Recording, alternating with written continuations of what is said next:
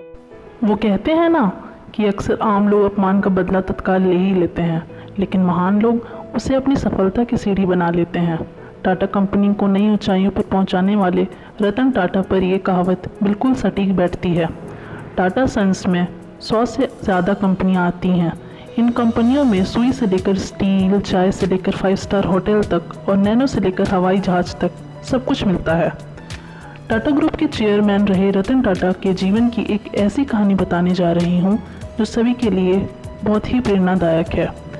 रतन टाटा की ज़िंदगी उतार चढ़ाव से भरी रही है। उनका जन्म 28 दिसंबर 1937 को हुआ था।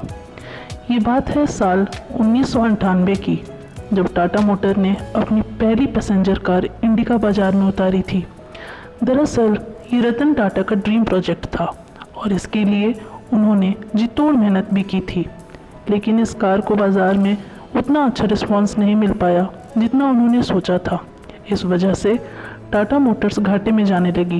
कंपनी से जुड़े लोगों ने घाटे को देखते हुए रतन टाटा को इसे बेचने का सुझाव दिया और ना चाहते हुए भी रतन टाटा को इस फैसले को स्वीकार करना पड़ा।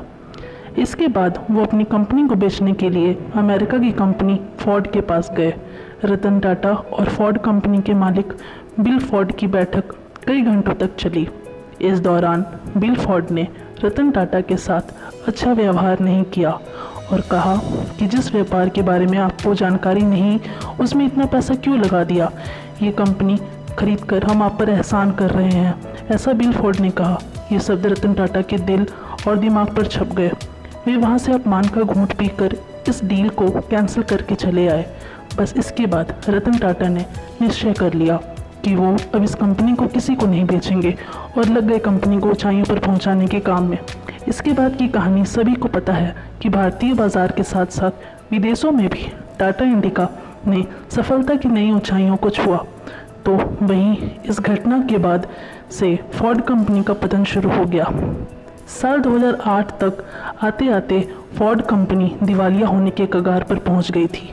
मौके की नज़ाकत को समझते हुए रतन टाटा ने फोर्ड की लग्जरी कार, लैंड रोवर और जैगुआर बनाने वाली कंपनी JLR को खरीदने का प्रस्ताव रखा, जिसको फोर्ड ने स्वीकार भी कर लिया। इसके बाद मीटिंग के लिए फोर्ड के अधिकारी भारत आए और बॉम्बे हाउस में मीटिंग फिक्स हुई। इसके बाद ये सौदा लगभग 2.3 अरब डॉलर में हुआ। तब बिल फोर्ड ने रतन टाटा से वही बात दोहराई जो उन्होंने रतन टाटा से कही थी, लेकिन इस बार थोड़ा बदलाव था। बिल फोर्ड ने कहा, आज JLR टाटा ग्रुप का हिस्सा है और बाज़ार में बेहतर मुनाफे के साथ आगे बढ़ रहा है। रतन टाटा चाहते तो उसी समय जवाब दे सकते थे, लेकिन वो कहते हैं ना कि महान लोग अपनी सफलता से लोगों को जवाब दिया करते हैं।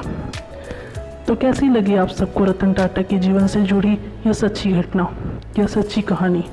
प्लीज़ कमेंट बॉक्स में बताना ना भूलें। And don't forget to like, share and subscribe to my channel, and please press the bell icon.